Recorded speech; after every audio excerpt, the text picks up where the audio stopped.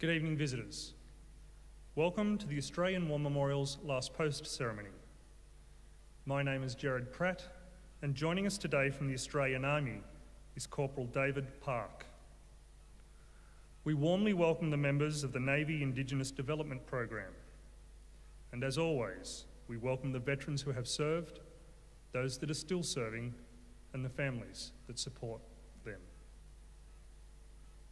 We acknowledge the members of RSL and Services Clubs Association, RSL Victoria and RSL Queensland, who are watching the broadcast of this ceremony from across Australia. During the ceremony, wreaths will be laid at the base of the pool of reflection by visitors and students on behalf of the following schools.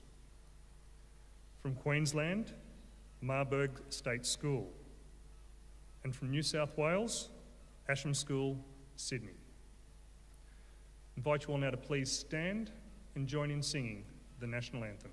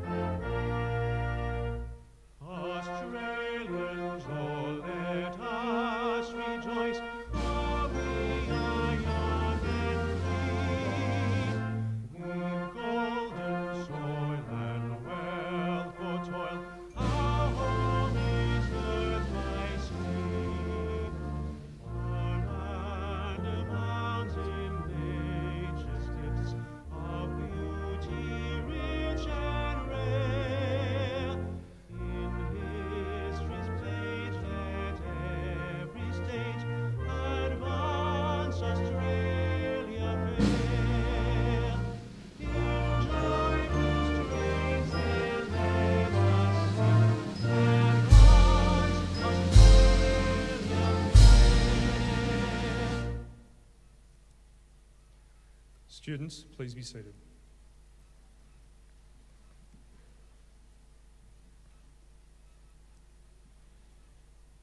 The Australian War Memorial was the vision of Charles Bean, Australia's First World War official historian. Bean landed with the Australian troops on Gallipoli and stayed with them at the front through until the end of the war. The idea of this national memorial and museum came to him at Pozières, France, in the depths of the bloody fighting of 1916. Bean's idea was that this would be a place where families and friends could mourn loved ones buried in faraway places. It would also be a place that could help all Australians understand what these men and women had endured and what they had done for us. Bean's vision, to which we remain true, is best expressed as inscribed in the entrance to the memorial's galleries. Here is their spirit, in the heart of the land they loved, and here we guard the record which they themselves made. Tonight, we will read the story behind just one of those on the Roll of Honour, which lists the names of more than 102,000 men and women who have given their lives for us in war and operations for more than a century. But first, we present a lament, Flowers of the Forest. Wreaths or floral tributes will now be laid at the base of the pool of reflection.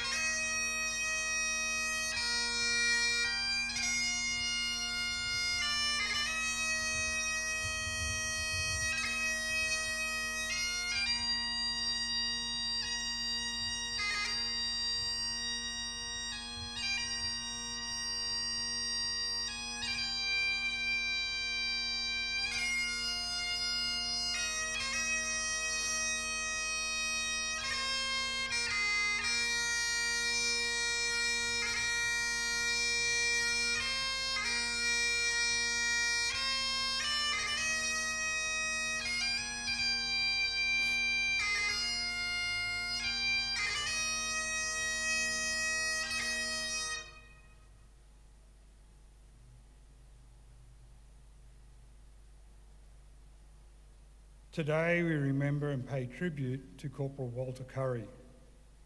Walter Currie was born in Adelaide on the 17th of May 1870. He was the third son of James and Janet Currie, early colonists of South Australia. While much of his early life is unknown, it seems he spent a considerable period of time in the Birdsville district of Queensland droving cattle. In 1900, Currie volunteered for service with the South Australian Bushmen's contingent in South Africa, citing 14 years bush experience. He was noted to be a good shot and a capable horseman. A farewell party was held at Ware's Exchange Hotel to bid Currie bon voyage. During the evening, a patriotic program was carried out, and Currie was presented with a silver-mounted pipe and tobacco pouch.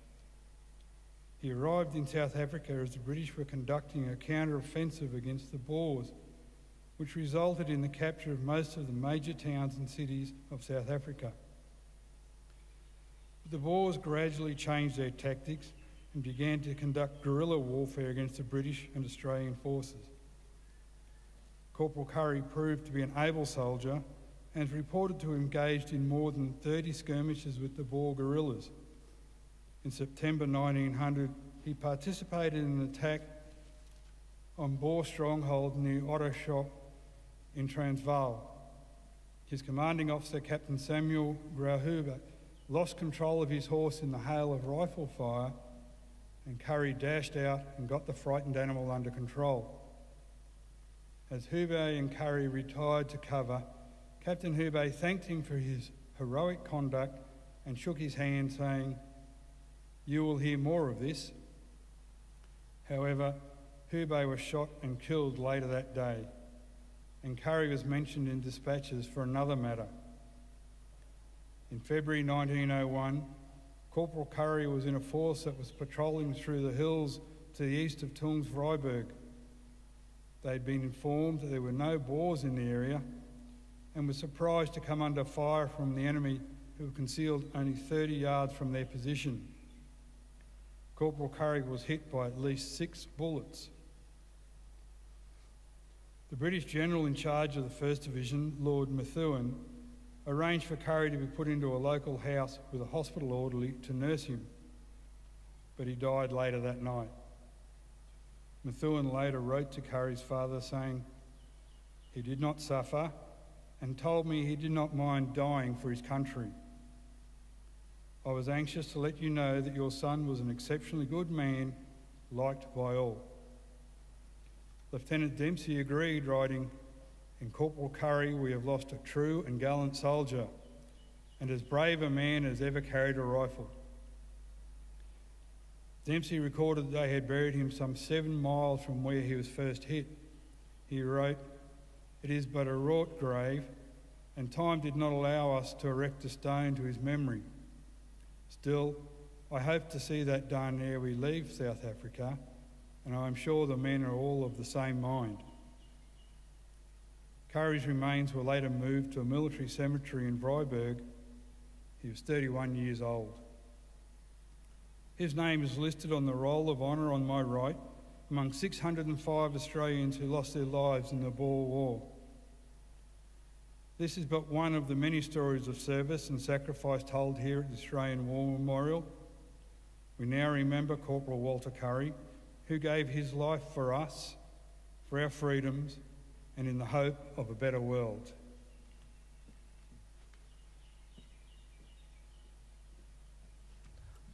Please stand for the reading of the Ode and the sounding of the last post.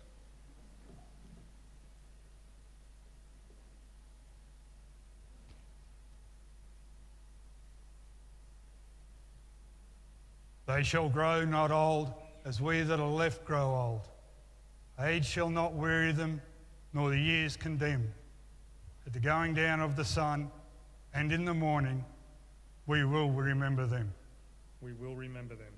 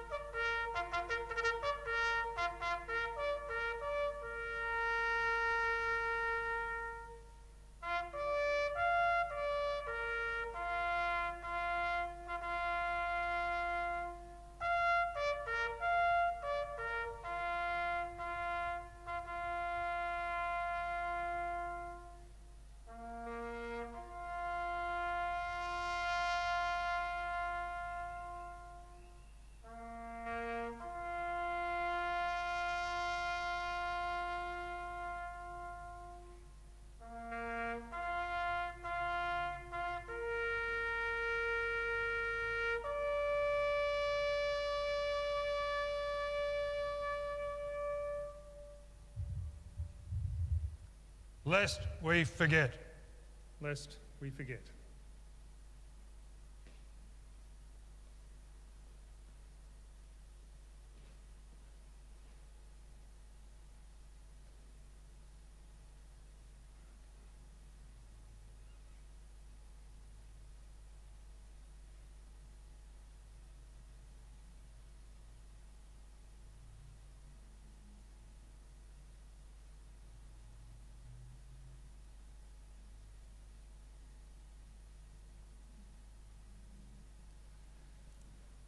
We leave you this evening with the words of the memorial's founder, Charles Bean.